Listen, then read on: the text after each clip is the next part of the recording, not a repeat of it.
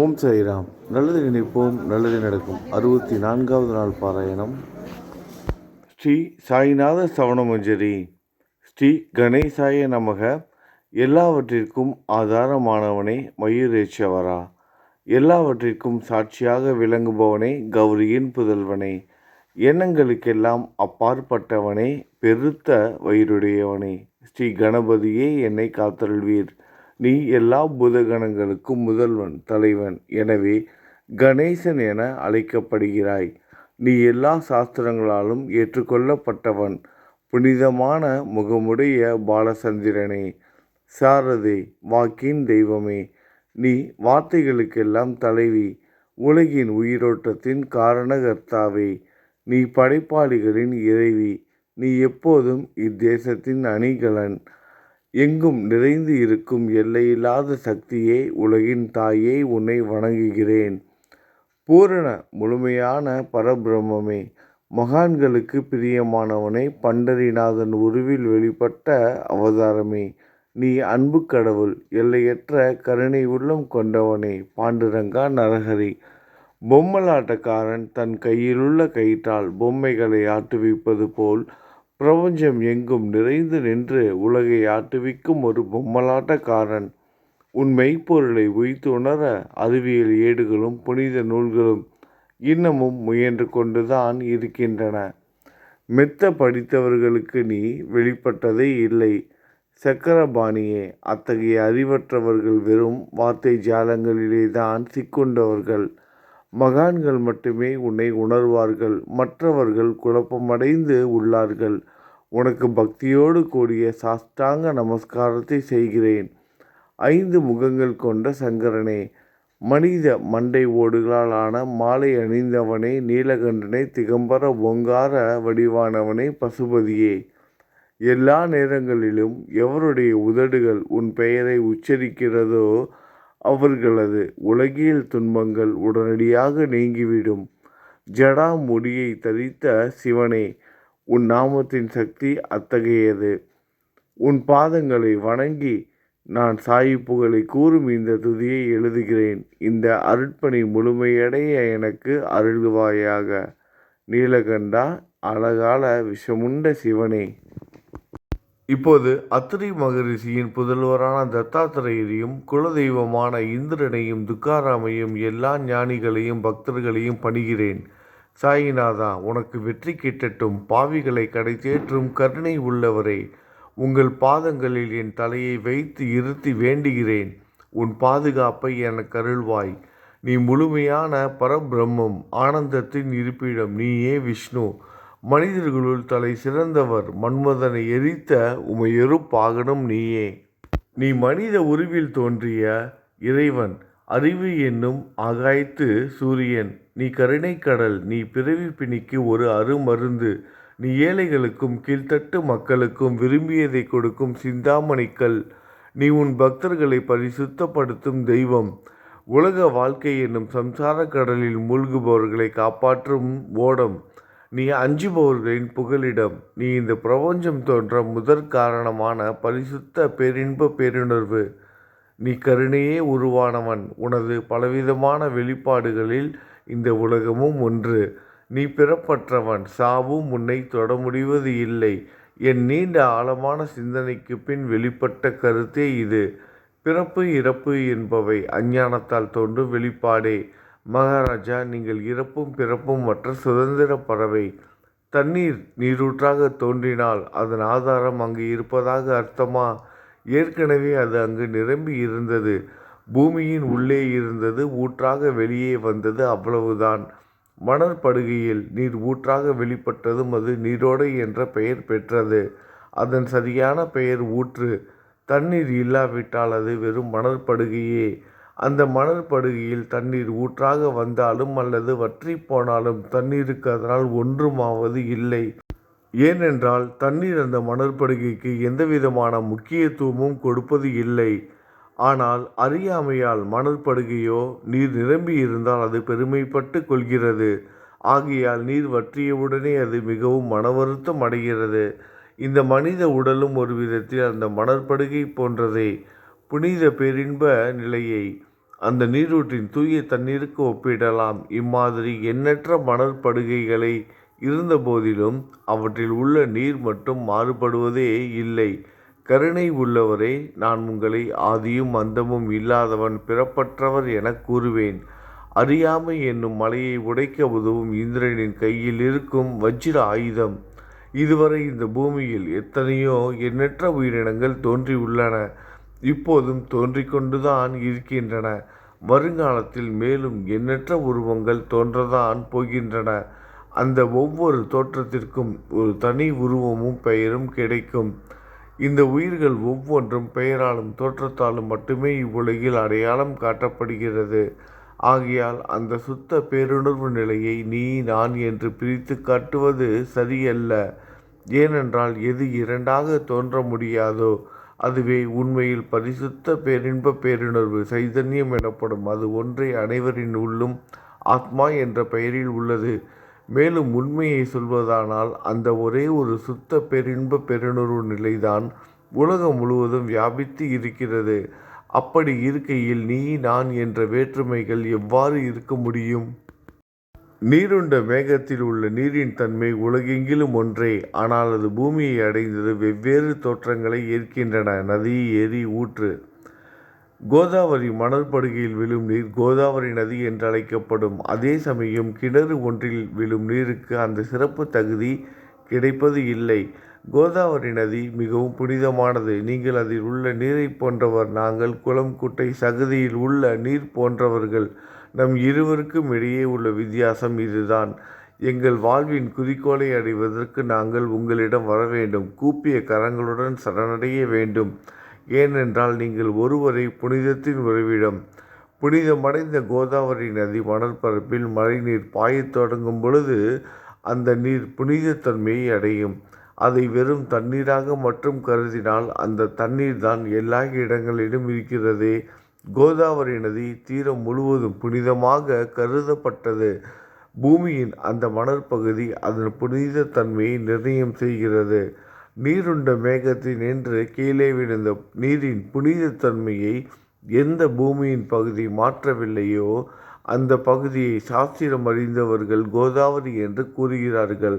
மற்ற பகுதிகளில் விழுந்த நீர் அந்த பகுதியில் உள்ள மண்ணின் குணத்தை ஏற்றுக்கொண்டது, புனித தன்மையை இழந்தது. மேகத்தில் இருந்த பொழுது பரிசுத்தமாக இருந்த நீர் அசுத்தமாகவும் கசப்பாகவும் உப்பாகவும் மாறிவிட்டது.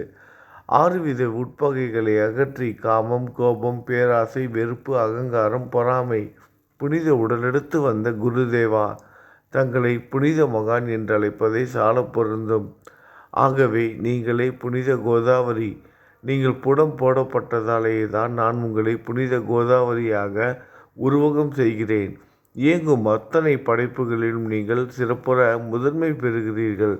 பிரம்மா உயிர்களை படைக்க ஆரம்பித்ததிலிருந்தே உலகம் தோன்றியது முதல் கோதாவரி நதி இருக்கிறது. நீர் நிறைந்து பாயும் அந்த நதியில் இன்று வரை தண்ணீர் வற்றியதே இல்லை. ராவணனின் எதிரியான ராமர் கோதாவரி நதியின் கரைக்கு வந்தபோது ஓடிக்கொண்டிருந்த தண்ணீர் இன்று வரை அதே இடத்தில் எப்படி இருக்க முடியும் என்று சற்றே யோசித்து பாருங்கள். கோதாவரி நதியின் மணற்படுகை மட்டும் அதேதான். தண்ணீர் கடலை சென்றடைந்து விட்டது. ஆனால் அந்த கோதாவரி நீர்ப்படுகையுடன் புனிதத்தன்மை மட்டும் என்றுமே மாறாமல் இன்று வரை அப்படியே உள்ளது. ஒவ்வொரு வருடமும் பழைய நீர் வெளியேறி புதிய நீர் அதற்குள் பாய்கிறது. உங்களுக்கு தெரிந்த வாழ்க்கை நீதிதான் அது. ஒரு நூற்றாண்டை ஒரு ஆண்டாக கணக்கிட்டால் அந்த நூற்றாண்டில் தோன்றிய முனிவர்கள் பாயும் நீரை போன்றவர்கள். அவர்களின் மிகப்பெரிய மகான்கள் அந்த நீரின் தோன்றும் அலைகள் போன்றவர்கள். இந்த புனித கோதாவரி நதியில் முந்தைய நூற்றாண்டுகளில் சனாதர், சனதர், சனந்தனர் போன்ற மகான்கள் வெள்ளமாக தோன்றினார்கள். பிறகு நாரதர், தும்ரு, துருவன், பிரகலாதன், மகாபலி சக்கரவர்த்தி, சபரி, அங்கதன், வாயுகுமாரனான அனுமான், விதுரர், கோபர்களும் கோபியர்களும் வெள்ளமாக தோன்றினர். இவ்வாறு இன்று வரை கடந்த நூற்றாண்டுகள் ஒவ்வொன்றிலும் ஒன்றன் பின் ஒன்றாக மகான்களாகிய வெள்ளம் தோன்றியது. அவற்றையெல்லாம் என்னால் ஞாபகப்படுத்தி கூற முடியவில்லை. சாய்நாதா, இந்த நூற்றாண்டில் 19ஆம் நூற்றாண்டு புனித கோதாவரி நதியில் சந்தேகத்திற்கு இடமில்லாமல் நீங்கள் வெள்ளமாக பாய்ந்தீர்கள். எனவே உமது தெய்வீகமான பாதங்களை வணங்குகிறேன் மகாராஜா. நான் செய்யும் தவறுகள் உங்கள் கவனத்தில் வைத்து கொள்ள வேண்டாம் என மன்றாடி கேட்டுக்கொள்கிறேன். நான் ஒரு எளியவன், அறியாதவன், தீய குணங்கள் கொண்ட மிகப்பெரிய பாவி. என்னை புறந்தள்ளி விடாதீர்கள், கைவிட்டு விடாதீர்கள். மட்டமான உலோகத்தையும் தங்கமாக மாற்றும் சக்தி கொண்ட ரசவாத கல் இரும்பினுடைய இயற்கையான தன்மைகளை பொருட்படுத்துவது இல்லை. கோதாவரி நதி தன்னுள் கலக்கும் சிறு ஓடைகளை திருப்பி அனுப்புவது இல்லை. அநேக தீய குணங்களை என்னுள் கொண்டவன் நான். உங்களது கருணை மிகுந்த பார்வையால் அவற்றை சடுதியில் அழித்து விடுங்கள். இது மட்டும்தான் உங்கள் அடிமையான தாஸ்கனுவின் வேண்டுகோள். ரசவாத கல்லின் தொடர்பு ஏற்பட்டும் இரும்பின் இயற்கை தன்மைகள் அளிக்கப்படாவிட்டால் குருதேவா, அது ரசவாத கல்லின் பெருமைக்கு இழுக்கு அல்லவா? என்னை பாவியாகவே இருக்கும்படி விட்டு விடாதீர்கள். தங்களை குறைவாக மதிப்பிட்டு கொள்ளாதீர்கள். நீங்கள் ரசவாத கல், நான் இரும்பு. எனக்கு ஏற்படும் இழிவுகள் தங்களுக்கு ஏற்படும் இழிவுகள் அல்லவா? ஒரு குழந்தை தவறுகள் செய்து கொண்டேதான் இருக்கிறது. ஆனால் அதற்காக தாயார் கோபம் அடைவது இல்லை. இதை தாங்கள் நினைவில் வைத்து கொண்டு எனக்கு உங்கள் அருளாசிகளை தாருங்கள். சத்குரு சாய்நாதா, நீங்கள் எனது கற்பக விருட்சம், சம்சார கடலை கடக்க உதவும் கப்பல். சந்தேகத்திற்கு இடமின்றி நீங்கள் ஒருவர் மட்டுமே என்னை கடைத்தேற்ற முடியும். நீங்கள் எனக்கு காமதேனுவாகிய பசு. நீங்கள் சிந்தாமணிக்கல், ஞானவானில் சூரியன் தாங்கள். நீங்கள் நற்பண்புகளின் சுரங்கம், சொர்க்கத்திற்கு ஏறி செல்ல உதவும் ஏனி நீங்கள். புனித செயல்களின் நிறைகள் நிறைய கொண்டவரை, பரிசுத்தமானவரை, சாந்தி மற்றும் பேரின்பத்தின் மொத்த உருவமே, இரண்டாக இல்லாதவரை, வேறுபாடு இல்லாதவரை, அறிவு கடவுளை, குறைகளற்ற முழுமையான அறிவாக உருவெடுத்தவரை, மனிதர்களில் உன்னதமானவரை, சாந்தி மற்றும் மன்னிப்பதின் உறைவிடமே, பக்தர்களின் அடைக்கலமே, என்னை ஆசீர்வதியுங்கள், என்னை ஆசீர்வதியுங்கள். சத்குரு மச்சீந்திரநாதர் நீயே. சிவன் நெற்றிக்கண்ணை திறந்தவுடன் அந்த அக்னியில் தோன்றிய மகாத்மா ஜாலந்தரும் நீயே. நீங்கள் மகாராஷ்டிராவில் தோன்றி பக்தி மார்க்கத்தை பரப்பிய ஞானிகள் நிவர்த்திநாதர், ஞானேஸ்வரர், கபீர்தாசர், ஷேக் முகமது, ஏகநாதர். நீங்கள் போதவா தத்தகுருவின் குரு நீங்களே. பண்டரிநாதரின் அடியவர் சாவதா மாலி. நீங்கள் உண்மையில் ஆஞ்சநேயரின் மறு அவதாரம் ராமதாசர். நீங்கள் மகாராஷ்டிர ஞானி பாண்டுரங்கன் மீது அபகங்கள் என்னும் கீர்த்தனை நிறைய இயற்றிய துகாராம். சாயிநாதா, நீங்கள் முஸ்லீம் ஞானி ராமபக்தர் ஷகாராம். நீங்கள் தத்தாத்திரேயரின் மறு அவதாரம் மாணிக் பிரபு. உங்களது இன்றைய அவதார தோற்றம் மற்றும் உங்களுடைய எண்ணற்ற தன்மைகளை புரிந்து கொள்ள உண்மையில் கடினமாக இருக்கிறது.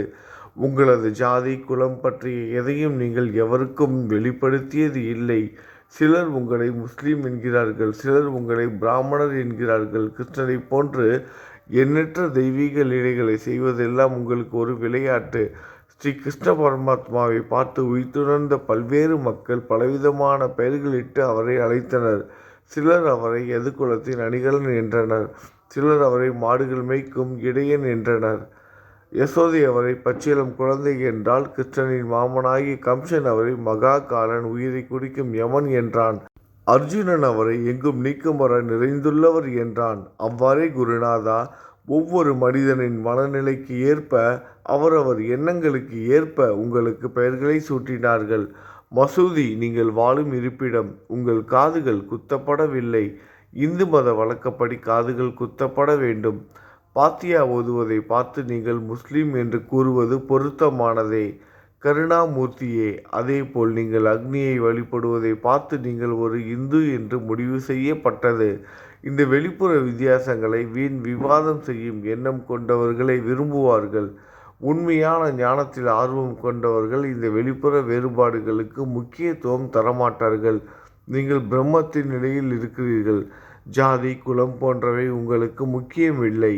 நீங்கள் எல்லோருக்கும் மேலான உயர்ந்த குருவாகவும் இந்த பிரபஞ்சத்தை படைத்தவராகவும் இருக்கிறீர்கள். முஸ்லிம் இந்துக்களுக்கு இடையே பகைமையுணர்வு ஏற்பட்டதால் அவர்களுக்கிடையே இணக்கமான உறவையும் ஒற்றுமையையும் ஏற்படுத்துவதற்காகவே நீங்கள் மசூதியில் அமர்ந்து அக்னி வழிபாட்டை நடத்தி உங்கள் லீலைகளை பக்தர்களுக்கு காட்டினீர்கள். நீங்கள் ஜாதி மதங்களுக்கு அப்பாற்பட்டவர். நீங்கள் பிரம்மமே. உண்மையில் அதுவே நீங்கள்தான். நீங்கள் உண்மையில் எண்ணங்களுக்கும் அப்பாற்பட்டவர். உங்களை பற்றிய வாத பிரதிவாதங்கள், ஊகங்கள், ஆதாரம் இல்லாத கருத்துக்கள் நடமாடும் இடத்தில் என் வார்த்தைகளுக்கு முக்கியத்துவம் எப்படி கிடைக்கும்? ஆனால் உங்களை பார்க்கும் பொழுது என்னால் மௌனமாக இருக்க முடியவில்லை. வார்த்தைகளால் போற்றுதலே உலக வழக்கில் உள்ள ஒரே வழக்கம். ஆகையினால் உங்கள் அருளாசியுடன் வார்த்தைகளால் எப்படி எல்லாம் போற்ற முடியுமோ அவ்வண்ணமே போற்றி புகழ்கிறேன். கடவுளின் நிலையை விட மகான்களின் நிலை வேறுபட்டும் மிக உயர்ந்ததாகவும் இருக்கும். மகான்களின் அருகில் நான், எனது போன்ற எண்ணங்களுக்கு இடமே இல்லை. கடவுளை வெறுத்ததால் இரணியகசிபுவும் ராவணனும் கொல்லப்பட்டனர். மகான்கள் கைகளால் இத்தகைய துர்சம்பவங்கள் ஏற்படுவதே இல்லை. அரசன் கோபிசந்தன் முனிவர் ஜாலந்தரை சாண குவியலுக்குள் புதைத்தான். ஆனால் அந்த நிலையிலும் அரசரின் அந்த செயலுக்காக அந்த முனிவர் வருத்தப்படவே இல்லை. அரசனின் அந்த செயலுக்கு நேர்மாறாக அந்த அரசனை சம்சார சூழலிலிருந்து விடுவித்து அவனை முக்தியடைய செய்தார். மகான்களின் சக்தி இப்படிப்பட்டதே. அவற்றை விவரித்து கூற முடியாது. மகான்கள் சூரியனை போன்றவர்கள். அவர்கள் கருணை ஒளிவிட்டு பிரகாசிக்க கூடியது. மகான்கள் சந்திரனை போல் இதயத்திற்கு ஆறுதல் கொடுப்பவர்கள். சந்திரனின் மேன்மையான ஒளிக்கதிர்கள் போல் அவர்களது அருள் ஒளி வீசும். மகான்கள் இதமளிக்கும் கஸ்தூரி போன்றவர்கள். அவர்கள் அருள் அதன் நறுமணம் போன்றது. மகான்கள் சாறு நிரம்பிய கரும்பு போன்றவர்கள். அவர்களின் அருள் அந்த கரும்பு சாற்றினை போல் இனிப்பானது. நிச்சயமாக மகான்கள் நல்லவர்களிடமும் தீயவர்களிடமும் ஒரே விதமாக நடந்து கொள்கின்றனர். இதற்கும் மேலாக பாவிகளிடம் அவர்கள் காட்டும் அன்பு அளவிட முடியாதது. கோதாவரி நதியில் அழுக்கடைந்த துணிகளை சுத்தம் செய்யப்பட வேண்டி வருகின்றன. சுத்தமான துணிகள் கோதாவரி நதியில் நின்று வெகு தூரத்தில் பெட்டியிலேயே தங்கிவிடுகின்றன. பெட்டியில் வைக்கப்பட்டிருந்த அந்த துணியும் ஒருமுறை கோதாவரி மணற்படுக்கைக்கு நன்றாக துவைப்பதற்காக வந்ததுதான். இந்த உவமையில் பெட்டிதான் வைகுண்டம், நீங்களே கோதாவரி.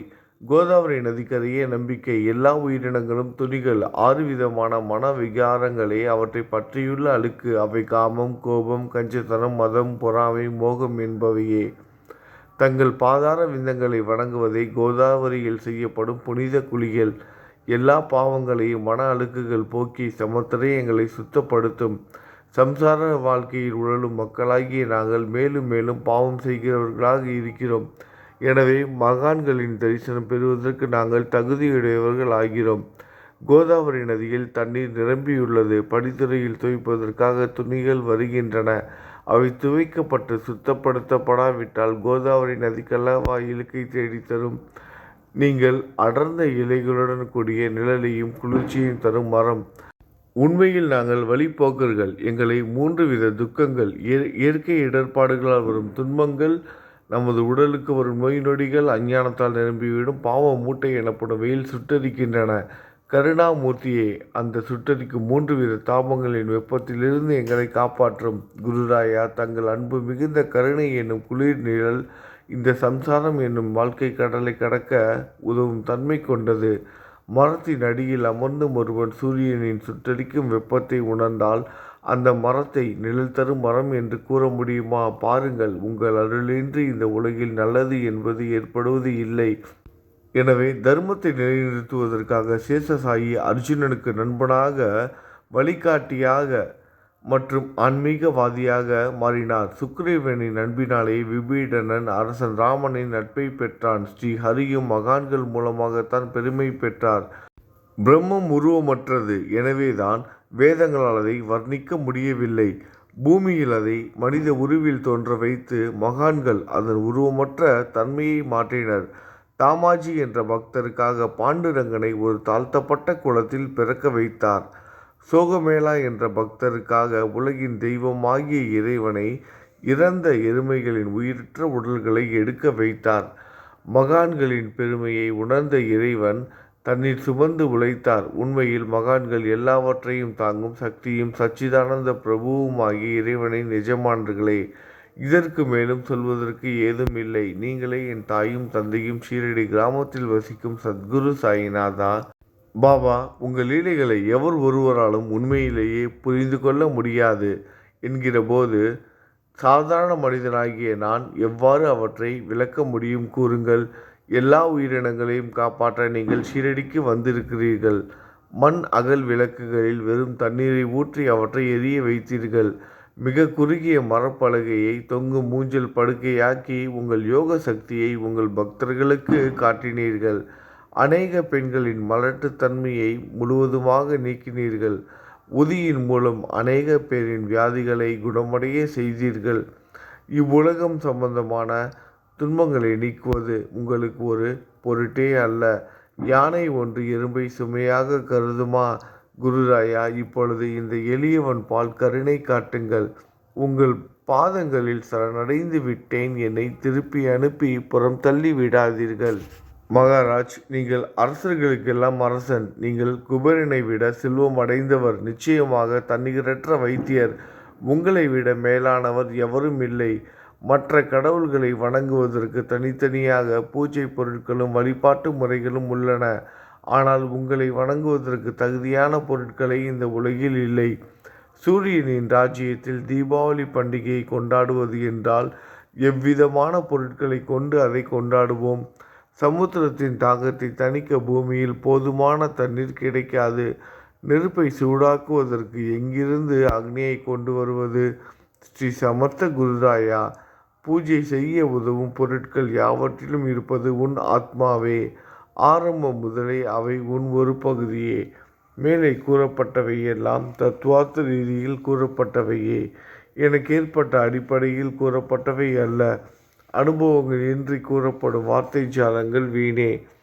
சம்பிரதாய சடங்குகளின்படி உங்களுக்கு பூஜை செய்ய வேண்டுமென்றால் அதனை செய்வதற்கு தேவையான பூஜை சாமான்கள் என்னிடத்தில் இல்லை. என் குருநாதா, கருணை உடையவரை, அடிக்கடி என் கற்பனை திறனின் அடிப்படையில் உங்களுக்கு நான் வழிபாடு செய்கிறேன். அந்த வழிபாட்டை இந்த அடிமையிடமிருந்து ஏற்றுக்கொள்ளுங்கள். இப்போது என் அன்பு கண்ணீரால் உங்கள் கால்களை கழுவுகிறேன். உண்மையான பக்தி என்னும் சந்தனத்தை அரைத்து சாந்தாக்கி உமக்கு இடுகிறேன். அழகிய வார்த்தைகளால் எழுதப்பட்ட இந்த துதி என்னும் கப்னியை உமக்கு அணிவிக்கிறேன். இந்த புகழ் மாலையை உங்கள் கழுத்தை சுற்றி அணிவிக்கிறேன். என் கெட்ட குணங்களை தூபமாக்கி உமக்கு முன் எரிய விடுகிறேன். தீய குணங்களின் கூட்டு பொருளே ஆனாலும் அது எரியும் போது அதிலிருந்து தீய வாசனை எழுவது இல்லை. சத்குருவுக்கு முன்பு இல்லாமல் வேறு எங்காவது இந்த தூபம் எரிய விடப்பட்டால் அங்கெல்லாம் இந்த தூபத்தின் நிலை கீழே கொடுத்த மாதிரி ஆகும். அதாவது சாம்பிராணியை நெருப்பில் போட்டவுடன் அது பொசுங்கி அதில் உள்ள நல்ல மனம் என்ற நற்குணம் அதை விட்டு மறைந்து போகிறது. சத்குருவே, உமக்கு முன் அதை எரிய விட்டால் இதற்கு மாறாக நிகழ்கிறது. தீய தன்மைகள், அழுக்குகள் அக்னியில் எரிந்து விடுகின்றன. உலகம் பார்த்து சந்தோஷப்படும் வகையில் அந்த நற்குணம் அதிலேயே தங்கிவிடும். மனதில் உள்ள தீய குணங்கள் யாவும் எரிந்த பிறகு மனம் மாசற்றதாகிறது. கங்கையில் உள்ள மாசுக்கள் நீங்கியவுடன் கங்கை புனிதமடைகிறது. மாயை, மோகம் என்ற தீபத்தை உமக்கு ஏற்றி காட்டுகிறேன். அதன் மூலம் என் மனம் வைராக்கியத்தை அடைய அருள் செய்வீராக குருராயா. பரிசுத்தமான நம்பிக்கை என்ற சிம்மாசனத்தை நீங்கள் என்னுள் அமர்வதற்கு ஆசனமாக உமக்கு தருகிறேன். அதை பெற்றுக்கொண்டு எனது பக்தி என்ற நைவேத்தியத்தை ஏற்றுக்கொள்ளுங்கள். பக்தி என்ற நைவேத்தியத்தை ஏற்றுக்கொண்டு அதன் சாரத்தை எனக்கு கொடுப்பீராக. ஏனெனில் நான் உமது பால்குடி மாறாத பச்சிளம் குழந்தை. உங்கள் அருட்பாலில் எனக்கு உரிமை உண்டு. என் மனதையே உமக்கு தட்சணையாக கொடுக்கிறேன். ஆகையால் நான் செய்யும் காரியங்கள் யாவற்றிலும் நான் செய்பவன் என்று என்னால் உரிமை கொண்டாட முடியாது. ஏனென்றால் நினைக்கும் மனதை தான் உமக்கு அர்ப்பணித்து விட்டேனே. இப்பொழுது பணிவுடன் கூடிய பிரார்த்தனையோடு உங்களை சாஷ்டாங்க நமஸ்காரம் செய்கிறேன். தெய்வீக சாயிநாதா, தயவு செய்து நீங்கள் அதை ஏற்றுக்கொள்ளுங்கள். 8 பிரார்த்தனைகள். சாயிநாதா, சாந்தமான மனமுடையவரே, அறிவின் சிகரமே, அன்புள்ளம் கொண்டவரே, கருணை கடலே, உண்மையின் உறைவிடமே, மாயை என்னும் இருளை அகற்றுபவரே, ஜாதி மதங்களுக்கு அப்பாற்பட்ட துறவியே, எங்களின் புரிந்து கொள்ளும் திறமைக்கும் அப்பாற்பட்டவரே, அன்பின் இருப்பிடமே, ஷீரடிநாதா, என்னை காப்பாற்றும். ஞான சூரியனே, ஞானத்தை அளிப்பவரே, எல்லாவித நல்ல செயல்களையும் செய்பவரே, பக்தர்களின் மனங்களில் ஒளிரும் பரமஹம்சரே, தங்களை சரணடைந்தவர்களை காப்பவரே, படைக்கும் தொழில் புரியும் பிரம்மாவே நீங்கள், காக்கும் கடவுள் விஷ்ணுவே நீங்கள், 3 உலகங்களையும் கடைசி லயமடைய செய்யும் ருத்திரனும் சிவனும் நீங்களே.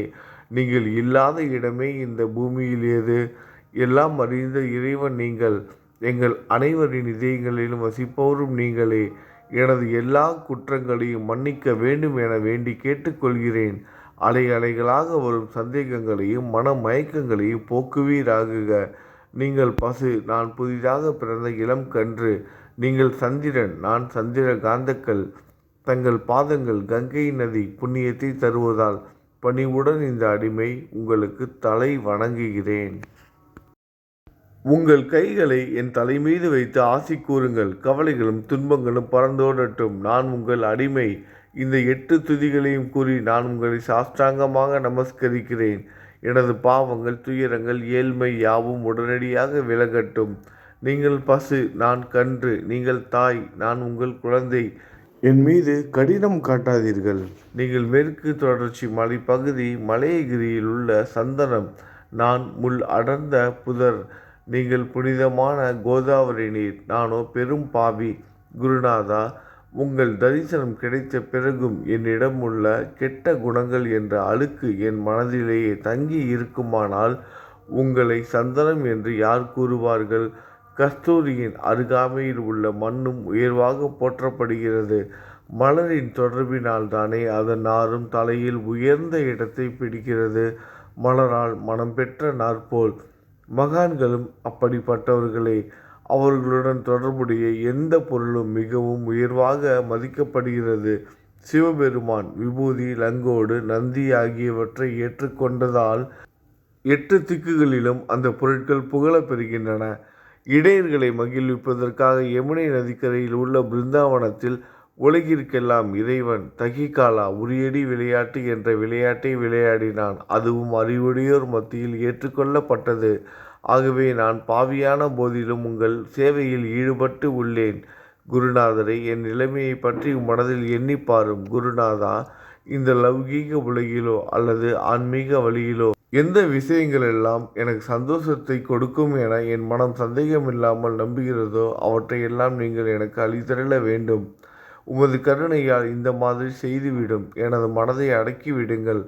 சமுத்திரங்கள் எல்லாம் தித்திப்பாக மாறினால் பிறகு அவை உப்பு கரிக்குமே என்ற பயம் தோன்றாதே. சமுத்திரத்தை தித்திப்பாக்கும் சக்தி உங்களுக்கு உண்டு. ஆகையால் தான் எனது இந்த வேண்டுகோள். தயவு செய்து இந்த வேண்டுகோளை நிறைவேற்றும். என்னிடம் என்னென்ன குறைகள் உண்டோ அவை அனைத்தும் உங்களுடையதே. ஆத்ம ஞானம் பெற்றவர்களில் முதலிடத்தில் உள்ள உங்களிடம் குறை என்பதை பொருந்தாதே. இப்போது இதற்கு மேலும் நான் ஏன் அதிகம் பேச வேண்டும்? நீங்கள் தான் எனது ஒரே அடைக்கலம். தாயின் இடுப்பில் உள்ள ஒரு குழந்தை இயல்பாகவே பயமற்று இருக்கும். மகாராஜ், இந்த துதியை எவரவர்கள் அன்புடன் படிக்கிறார்களோ கேட்கிறார்களோ அவர்களின் ஒவ்வொருவரின் ஆசைகளை தயவு செய்து நிறைவேற்றும். இந்த துதியை படிப்பவர்களின் கேட்பவர்களின் 3 வித தாபங்களையும், இயற்கையின் இடர்பாடுகளில் வரும் துன்பங்கள், நமது உடலுக்கு வரும் நோய் நொடிகள், அஞ்ஞானத்தால் நிரம்பிவிடும் பாவ மூட்டை 1 ஆண்டிற்குள் விலகிவிடும் என்பதே இந்த துதிக்கு உங்களது ஆசையாக என்றென்றும் நிரந்தரமாக இருக்கட்டும். குளித்து முடித்துவிட்டு மனதின் முழுமையான நம்பிக்கையுடன் இந்த துதியை தொடர்ந்து பாராயணம் செய்ய வேண்டும். அப்படி முடியாவிட்டால் வாரம் வாரம் வியாழந்தோறும் சத்குருவை வணங்கி அவர் உருவை தியானம் செய்து கொண்டு இந்த துதியை பாராயணம் செய்யுங்கள். இதுவும் கூட முடியாவிட்டால் மாதம் வரும் 2 ஏகாதசி தினங்களில் இந்த துதியை பாராயணம் செய்யுங்கள். இது ஏற்படுத்தும் விளைவுகளை பார்த்து அதிசயப்படுவீர்கள். குருமூர்த்தியான சாயிநாதர் இந்த துதியை பாராயணம் செய்பவர்களுக்கு இவ்வுலகியல் ஆசைகளை முழுமையாக உடனடியாக நிறைவேற்றுவார். இந்த துதியை திரும்ப திரும்ப பாராயணம் செய்வதால் முட்டாள்கள் கூர்மையான புத்தியை அடைவார்கள். யாருடைய வாழ்நாளாவது குறைவானதாக இருப்பின் இந்த துதியை அவர்கள் படிப்பதால் 100 ஆண்டு காலம் வாழ்வார்கள். இந்த துதியை தொடர்ந்து பாராயணம் செய்து வந்தால் செல்வம் குறைவாக இருந்தால், ஏழையாக இருந்தால், செல்வத்தின் அதிபதி குபேரன் அவர்கள் வீட்டிற்கு வந்து தங்கி அவர்களுக்கு ஏவல் புரிவான். இது சத்தியம், இது சத்தியம், இது சத்தியம் என 3 முறை கூறுகிறேன். குழந்தை செல்வம் இல்லாதவர்கள் இந்த துதியை தொடர்ந்து படித்து வந்தால் குழந்தை செல்வம் பெறுவர். இந்த துதியை படிப்பவர்களின் வியாதிகள் எல்லா பக்கங்களிலும் பறந்தோடிவிடும். வியாதியினின்று குணம் கிடைக்கும். இந்த துதியை திரும்ப திரும்ப படித்தால் பயம் மற்றும் கவலை மறைந்து போகும். மதிப்பும் மரியாதையும் கிடைக்கும். அழிவற்ற பிரம்மத்தை உணர்வார்கள். பிரம்ம ஞானம் கிட்டும். அறிவுடையோரை, இந்த துதியின் மீது உங்கள் இதயங்களில் முழுமையான நம்பிக்கை வையுங்கள். சந்தேகங்கள், நம்பிக்கையின்மை, தவறான எண்ணங்கள் ஆகியவற்றிற்கு கொஞ்சம் கூட மனதில் இடம் கொடுக்காதீர்கள். ஷீரடிக்கு புனித பயணம் மேற்கொள்ளுங்கள். பாபாவின் தாமரை பாதங்களை மனதில் நிறுத்துங்கள். அவர் அனாதைகளின் உறவினர், பக்தர்களின் விருப்பங்களை நிறைவேற்றும் கற்பகத்தரு. பாபாவால் உணர்வூட்டப்பட்டு இந்த துதியை நான் இயற்றினேன். இல்லாவிட்டால் எந்தவிதமான முக்கியத்துவமும் இல்லாத என்னால் இந்த துதியை எவ்வாறு எழுத முடியும்? சக ஆண்டு 1840, ஆங்கிலம் ஆண்டு 1918, புரட்டாசி மாதம் வளர்பிறையில் விநாயகர் சதுர்த்தி அன்று திங்கட்கிழமை 2வது யாமத்தில் சூரிய உதயத்திற்கு முன் இந்த பாமாலை நிறைவு செய்யப்பட்டது. புனிதம் வாய்ந்த நர்மதா நதிக்கரையில் இந்தூருக்கு அருகிலுள்ள ஊரான மகேஸ்வர சேத்திரத்தில் ஸ்ரீ அகல்யா தேவியின் சந்நிதியில் சாயிநாதரை போற்றி பாடும் இந்த ஸ்தவன மஞ்சரி நிறைவடைந்தது. மகேஸ்வரம் என்ற புனித ஸ்தலத்தில் இந்த துதி நிறைவடைந்தது. ஸ்ரீ சாயிநாதர் என் மனதிற்குள் புகுந்து இந்த துதியின் ஒவ்வொரு வார்த்தையையும் என்னை கூற வைத்தார். எனது சீடன் தாமோதரன் இதை நான் கூற கூற எழுதினான். தாஸ்கனுவாகிய நான் எல்லா ஞானிகள் மற்றும் துறவிகளின் வேலையால் எங்கும் மங்களம் பொங்கட்டும். ஸ்ரீ சாயிநாதரை போற்றி பணிவுடன் எழுதப்பட்ட இந்த ஸ்ரீ சாயிநாத ஸ்தவனமஞ்சரி என்ற துதி பாராயணம் செய்பவர்கள் சம்சார கடலை கடக்க உதவட்டும். இது ஸ்ரீ பாண்டுரங்கனுக்கு தாஸ்கனுவின் நம்பிக்கை மற்றும் பணிவோடும் கூடிய பிரார்த்தனை. ஓம் சாய்ராம். நல்லது நினைப்போம், நல்லதே நடக்கும். ஓம் சாய்ராம்.